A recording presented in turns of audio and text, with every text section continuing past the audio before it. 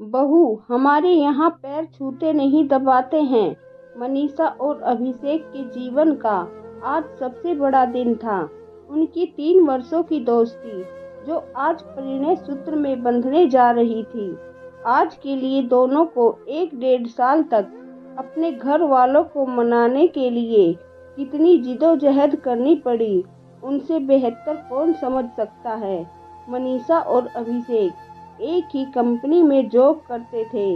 मनीषा हंसमुख और चंचल स्वभाव की थी, वहीं अभिषेक थोड़ा शर्मीला, कम बोलने वाला था।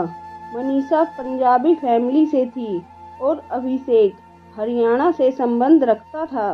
अभिषेक को मनीषा की एक बात सबसे ज़्यादा पसंद थी, वह था उसका सबकी मदद के लिए हमेशा तैयार रहना, चाहे उसके पास समय हो या ना हो।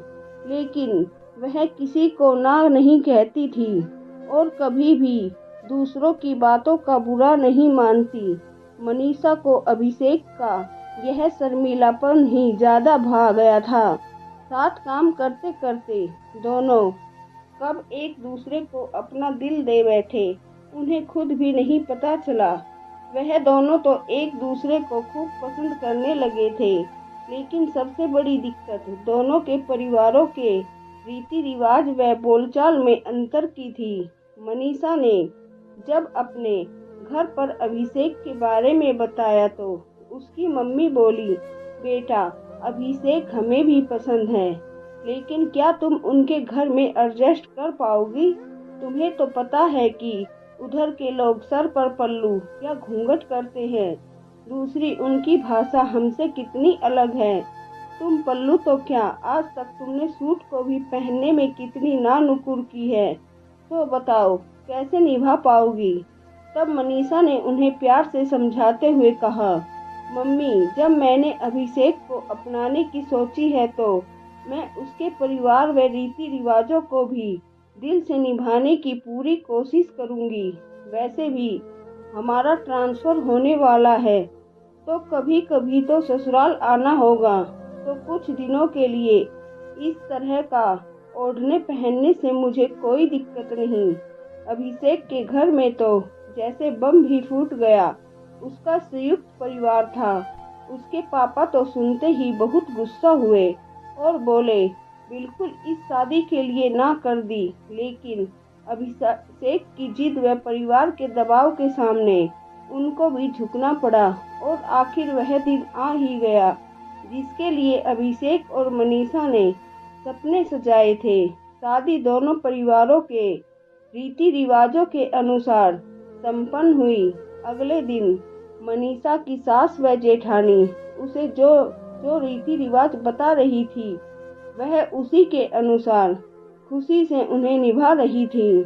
शाम को उसकी सास ने कहा, बहू कल सभी मेहमान लौट जाएंगे। हमारे यहाँ पैर छुआई की रस्म होती है, जिसके अनुसार जो तुमसे रिश्ते में बड़े हैं उनके पैर दबाकर उन्हें नेक स्वरूप कुछ पैसे देने होते हैं।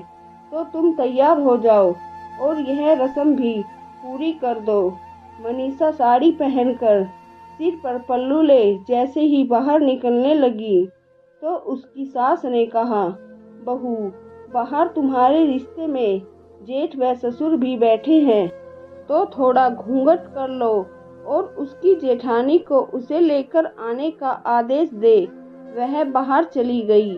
मनीषा अपनी जेठानी के साथ हल्का सा घूंघट कर बाहर आ गई। उसकी जेठानी ने इशारा कर कहा कि यहाँ से पैर छूने शुरू कर दो। मनीषा ने जैसे ही दादी सास के पैर छूकर उन्हें पैसे दिए, वह बोली, बहू हमारे यहाँ पैर छूते नहीं दबाते हैं।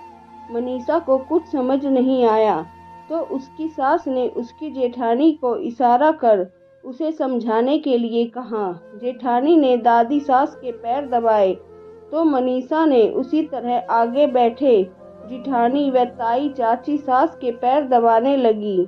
थोड़ी ही दूरी पर उसके जेठ भी बैठे थे। उन सब के पैर दबाने के बाद वह आगे बढ़ उनके पैर भी दबाने के लिए जैसे ही हाथ घुटनों के पास लेकर गई, वह उठकर ऐसे भागे मानो करंट लग गया हो। यह देख सभी औरतें जोर जोर से हंसने लगीं।